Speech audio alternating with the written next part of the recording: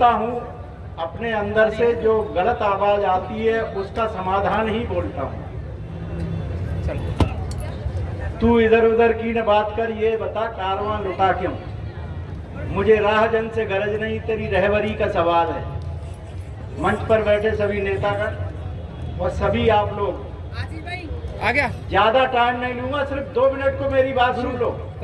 जो लिखा हुआ है वो आप भी पढ़ चुके हो और इस लिखे हुए को पाने के लिए आप 24 का इंतजार कर रहे हो कि लड़ाई हम लड़ेंगे।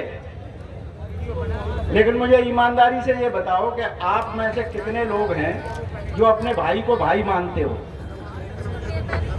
पंडित जी की जूठी पत्तल अगर पड़ी हुई है, आप उठा करके बड़े इज्जत से पंडित जी को ये दिखाते हुए कहोगे कि देखो पंडित जी मैं आपकी सेवा कर रहा हूं। लेकिन कभी सफाई कर्मचारी को अपना भाई बना करके आपने कभी अपने साथ खाना खिलाने को आमंत्रित किया है? अगर नहीं किया है तो किस बात के लिए हाथ उठा रहे थे? किस बात के लिए 24 की बात करते हो? किस बात के लिए संविधान की बात करते हो? 85 की बात करते हो। अभी आपके 85 होते हैं।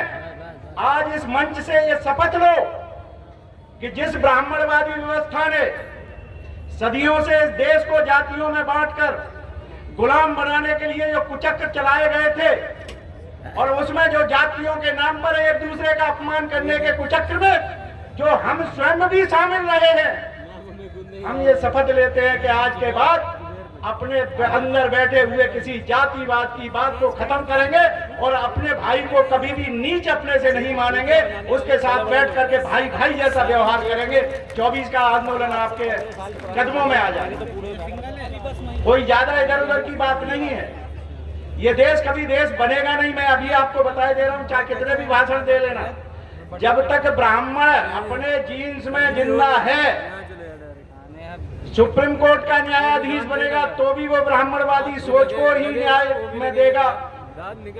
इलेक्शन कमीशन बनेगा तब भी वो अपनी ब्राह्मणवादी सोच रखेगा।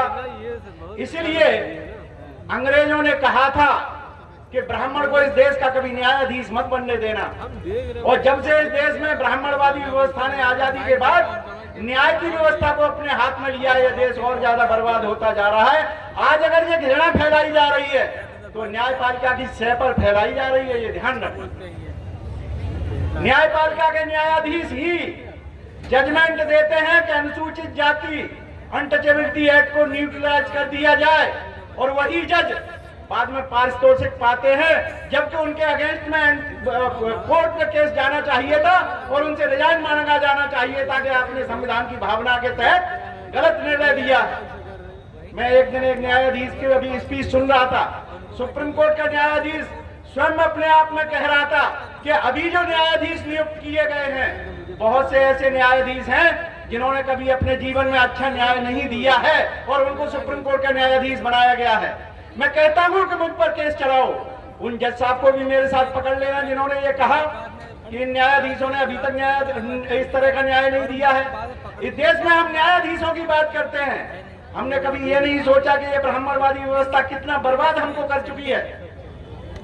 हमारा एक एडवोकेट जनरल होता है स्टेट में और एक एडवोकेट होता है जो सुप्रीम कोर्ट में गवर्नमेंट को रिप्रेजेंट करता है। वो कभी शेड्यूल कास्ट का, ओबीसी का, माइनॉरिटी का नहीं होता है।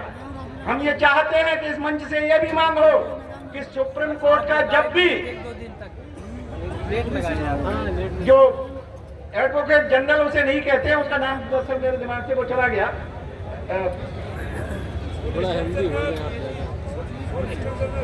सॉलिसिटर जनरल, सॉलिसिटर जनरल के साथ में एडिशनल सॉलिसिटर जनरलों की नियुक्ति की जाए जो SC, ST, OBC, माइनॉरिटी के केस को सुप्रीम कोर्ट में रिप्रेजेंट करें, उनको न्याय दिलाने के लिए काम कर सकें। तो साथियों, मैं नहीं समझता कि और कोई मैं बात कहूं, क्योंकि जितनी भी बातें कहूंगा सबने कही है। लेकिन इस देश को ब्राह्मणों से मुक्त करा लो।